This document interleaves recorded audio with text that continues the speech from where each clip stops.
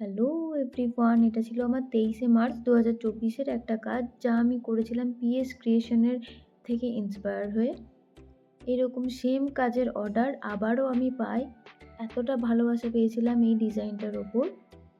আমাদের অফিসের এক দাদা আমায় রিকোয়েস্ট করে এই পাঞ্জাবিটা করে দেওয়ার জন্য। একদম সেম ওই ডিজাইনই স্ক্রিনশট পাঠিয়ে আমাকে বলে, একদম সেম এই ডিজাইনই চাই। তো আমি বলেছিলাম করে দেবো। Thank you so much PS creation. তোমার থেকে ইন্সপায়ার হয়েই আমি এই কাজটা করেছিলাম।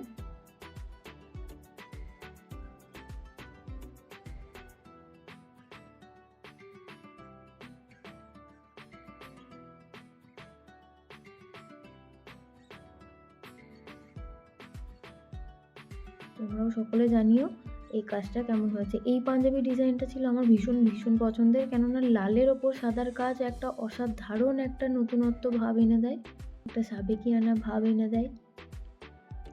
তাই বেসিক্যালি দাদা আমায় বলেছিল পুজোতে পরবে, পুজোর দশমীর জন্য। সেই ভেবেই আমার ডিজাইনটা করা। পাঞ্জাবির ওপর ফেব্রিকের কাজ, ডিজাইন এক আলাদাই সাবেকিয়ানাকে তুলে ধরে। এই ধরনের পাঞ্জাবি এখন ভীষণ জনপ্রিয় হয়ে উঠছে। মানুষ অনেক বেশি পছন্দ করছে এরকম হাতের কাজের তৈরি বানানো পাঞ্জাবি। এবং আমাদের বোলপুর শান্তিনিকেতনে তো ভীষণভাবে ফেমাস আমাদের হাতে বানানো পাঞ্জাবি। শুধুমাত্র ফেব্রিকই নয়, কাঁথা স্টিচ আরও অন্যান্য রকমের প্যাটার্নের পাঞ্জাবিও সকলে পছন্দ করছে। আমার নিজের পার্সোনালি ভীষণ পছন্দের ফেব্রিকের কাজ করা কুর্তি, পাঞ্জাবি, শাড়ি।